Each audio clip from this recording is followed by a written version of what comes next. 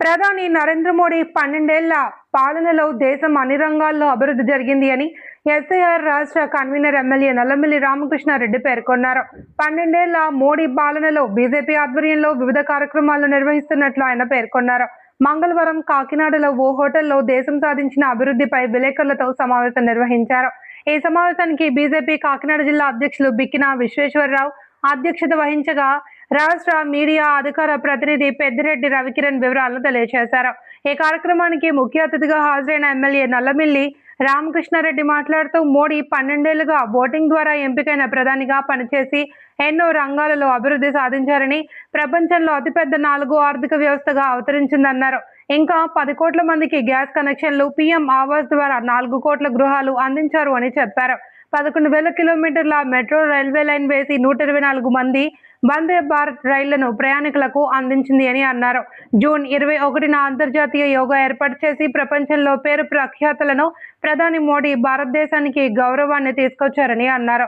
Kakinada Rajamahendravaram canal road జాతీయ రహదారిగా వెడల్పు చేస్తాము అని నల్లమిల్లి చెప్పారు. ఈ సమావేశంలో బీజేపీ రాష్ట్ర ప్రధాన కార్యదర్శి సాలగ్రామ లక్ష్మీ ప్రసన్న, బీజేపీ నాయకులు ఎనిమి రెడ్డి, మాల కొండయ్య, దువ్వూరి సుబ్రహ్మణ్యం, విశ్వనాథపల్లి శ్రీనివాసరావు, కుండల సాయికుమార్, చక్కా రమేష్ తదితరులు పాల్గొన్నారు. నమస్కారం. అలాగే వేదిక మీద ఉన్న పెద్దలందరికీ నమస్కారం. నరేంద్ర మోడీ గారు 2014 మే 26 ప్రధానమంత్రిగా బాధ్యతలు స్వీకరించిన తర్వాత సుదీర్ఘకాలం ఎన్నికైన ప్రధానిగా మొన్న 10వ తేదీకి రికార్డు సృష్టించారు. 4,399 రోజులు ఏకదాటిగా ఎన్నికైన ప్రధానమంత్రిగా, ప్రజల చేత ఎన్నికైన ప్రధానమంత్రిగా ఉండి ఒక అరుదైన రికార్డు సాధించిన నేపథ్యంలో, 12 సంవత్సరాల పాలన పూర్తయిన నేపథ్యంలో ఈరోజు దేశవ్యాప్తంగా 5వ తేదీ మొదలుకొని రేపు యోగా దినోత్సవం 21వ తేదీ వరకు ఈ కార్యక్రమాలు నిర్వహించుకోవడం జరుగుతూ ఉంది.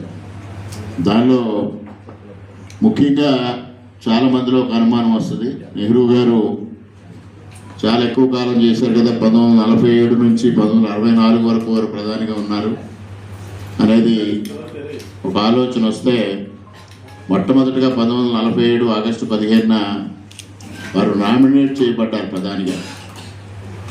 తర్వాత 2 సార్లు వారు ఎంపిక కావడం, 4,398 రోజులు వారు ప్రధానిగా ఉన్నారు. వారి నామినేషన్ పీరియడ్తో కలిపితే 6,134 రోజులు వారు ఉండడం జరిగింది. అదేవిధంగా మొన్న మార్చిలో తీసుకుంటే ఒక ప్రభుత్వాది నేతగా గతంలో పవన్ కుమార్ చామ్లింగ్ 8,930 రోజులు ఏదైతే సుదీర్ఘకాలం ప్రభుత్వాధినేతగా ఉన్నారో ఆ రికార్డుని మన మార్చిలో నరేంద్ర మోడీ గారు అధిగమించడం జరిగింది. ఇవాళ అరుదైన రికార్డులు నరేంద్ర మోడీ గారు సొంతం చేసుకున్న నేపథ్యంలో, అదేవిధంగా రాష్ట్రంలో 2 సంవత్సరాలు ఎన్డీఏ కూటమి చంద్రబాబు నాయుడు గారు, పవన్ కళ్యాణ్ గారి నాయకత్వంలో 2 సంవత్సరాలు పూర్తి చేసుకున్న నేపథ్యంలో జరుగుతున్న అభివృద్ధి కార్యక్రమాలు, సంక్షేమ కార్యక్రమాలు, అటు భారతదేశం, ఇటు ఆంధ్రప్రదేశ్ రాష్ట్రం పురోగతి సాధిస్తున్న విషయాల్ని మీ ద్వారా ప్రజలకు అందించడం కోసం భారతీయ జనతా పార్టీ ఈ కార్యక్రమాన్ని చేపట్టింది. దానిలో భాగంగా ఇప్పటికే మా అధికార ప్రతినిధి రవికిరణ్ గారు చాలా విషయాలు మీ అందరికీ చెప్పడం జరిగింది. ముఖ్యంగా నరేంద్ర మోడీ గారి నాయకత్వంలో ఆధునికతతో పాటు భారతీయ సంస్కృతి, వారసత్వం ప్లస్ ఆధ్యాత్మికత రెండింటినీ కాపాడటంతో పాటు ఆధునిక విధానాలను కూడా ముందుకు తీసుకెళ్తూ అన్నిటినీ మేళవించి ఇవాళ భారతదేశాన్ని ఒక అగ్రగామి దేశంగా, ప్రపంచంలోనే ఒక అగ్రగామి దేశంగా తీర్చిదిద్దడం కోసం ప్రయత్నం చేస్తూ ఉన్నారు. ముఖ్యంగా ఆర్థిక రంగంలో ఎక్కడో 11వ స్థానంలో ఉన్న భారతదేశాన్ని ఇవాళ 4వ స్థానానికి తీసుకురావడం, అతి తొందరలోనే 3వ స్థానానికి తీసుకొచ్చే దిశగా ప్రధానమంత్రి గారు చేపట్టిన చర్యలు సత్వర ఫలితాలు ఇచ్చినాయి అనే సంగతి కూడా మీ అందరికీ తెలుసు. అదేవిధంగా రక్షణ రంగంలో కూడా ఇవాళ ఎంత సమర్థవంతంగా భారతదేశం ఉంది అనేది మీ అందరికీ తెలుసు. రక్షణ రంగంలో ఎగుమతులు కూడా ఏ విధంగా పుంజుకున్నాయనే విషయం కూడా ప్రజలందరూ ఇవాళ గ్రహిస్తూ ఉన్నారు. ఇటువంటి నేపథ్యంలో భారతదేశాన్ని ప్రపంచంలోనే ఒక శక్తివంతమైన దేశంగా విశ్వగురు స్థానానికి తీసుకెళ్లడం కోసం నరేంద్ర మోడీ గారు నిస్వార్థంగా, అవినీతి రహితంగా, పారదర్శకంగా పరిపాలన అందిస్తూ ఉన్నారు. ముఖ్యంగా అనేక సంక్షేమ కార్యక్రమాలు, అనేక అభివృద్ధి కార్యక్రమాలు, మరొక పక్క సంస్కరణలు, ఇవన్నీ తీసుకొచ్చి దేశాన్ని అన్ని రకాలుగా కూడా వారి ముందుకు తీసుకెళ్ళడం జరుగుతూ ఉంది. ముఖ్యంగా ఈ దేశంలో 81 కోట్ల మంది వివిధ పథకాల కింద ఫ్రీ రేషన్ లబ్ధి పొందుతూ ఉన్నారు. అదేవిధంగా పిఎం ఆవాస్ యోజన ఏదైతే గృహ నిర్మాణ పథకం ఉందో 4 కోట్ల గృహాలని కేంద్ర ప్రభుత్వం నిర్మాణం చేయడం జరిగింది. అదేవిధంగా ఇందాక రవికిరణ్ గారు చెప్పారు, ఉజ్వల పథకం కింద గ్యాస్ కనెక్షన్స్ 10,55,00,000 గ్యాస్ కనెక్షన్స్ ఇవ్వడం జరిగింది. అదేవిధంగా అన్నిటికీ మించి స్వచ్ఛ భారత్ పథకం కింద వారి ఆలోచన విధానం స్వచ్ఛమైన భారతదేశాన్ని తయారు చేయాలి. ముఖ్యంగా కలుషితమైన పాత్రికేయ మిత్రులందరికీ నమస్కారం. ఈరోజు ప్రెస్ మీట్ యొక్క ముఖ్య ఉద్దేశం జిల్లా అధ్యక్షులు వారు మీకు తెలియజేశారు. ప్రధానమంత్రి నరేంద్ర మోడీ గారు 12 ఏళ్ల సుపరిపాలన పూర్తి చేస్తున్నారు.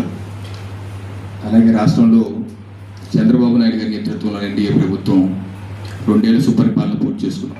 ఈ సందర్భంగా ఈ యొక్క ప్రెస్ మీట్ 2014 ముందు దేశంలో ప్రజలు అనేకమైనటువంటి అంశాలలో ఇది జరగదు, ఇది సాధ్యం కాదు, ఈ దేశంలో పాలకులు మారినా వారి వ్యవహార శైలి మారదు అనుకున్నటువంటి అనేకమైనటువంటి అంశాలకి ప్రధాని మోడీ గారు ఈ 12 ఏళ్లలో ఆ యొక్క భావాన్ని పటాపంచలు చేస్తూ ప్రజల్లో ఒక కొత్త ఆశని, ఆకాంక్షని, ఒక కొత్త కోరికల్ని నింపినటువంటి 12 ఏళ్ల పాలన. 2014 ముందు దేశంలో ఉగ్రవాదులు యథేచ్ఛగా లష్కర్-ఏ తోయిబా కానీ, జైషే మహమ్మద్ కానీ భారతదేశంలోకి వచ్చేసి గోకుల్ చాట్ బాంబ్ బ్లాస్ట్ కానీ, లేకపోతే ముంబై దాడులు కానీ ఇష్టం వచ్చినట్టు చేస్తున్న సందర్భాల్లో సైనికుల యొక్క శిరస్సును ఖండించి శిరస్సు కూడా తీసుకువెళ్ళిపోతున్న సందర్భాల్లో ఏమీ చేయలేనటువంటి ప్రభుత్వం గత ప్రభుత్వం.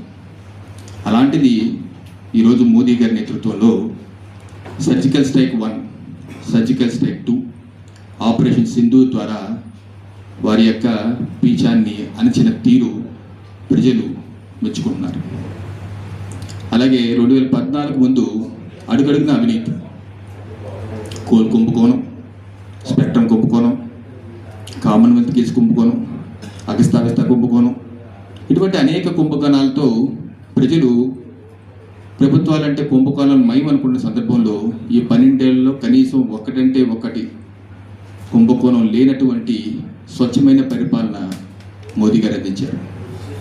భారతదేశ ఆర్థిక వ్యవస్థ అతలాకుతలం అయిపోయి అత్యంత బలహీనటువంటి 5 ఆర్థిక పరిస్థితి రాష్ట్ర దేశాల్లో భారతదేశం ఒకటిగా ఉంటే దాన్ని ప్రధాని మోడీ గారి 12 ఏళ్లలో 4వ అతిపెద్ద ఆర్థిక శక్తిగా అవతరించే తీరు.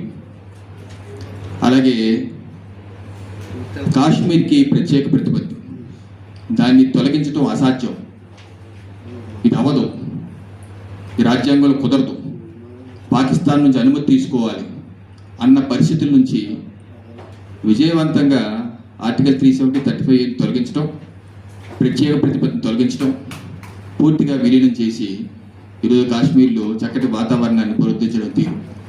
శతాబ్దాలుగా అయోధ్యలో రామ మందిర నిర్మాణం, శతాబ్దాల పోరాటం అవ్వదు, ఇది సాధ్యం కాదు అనుకున్న సందర్భంలో ప్రధాని మోడీ గారు అయోధ్యలో రామ మందిరం నిర్మాణం చేసిన తీరు, అలాగే బ్యాంకింగ్ వ్యవస్థకి ప్రభుత్వాలు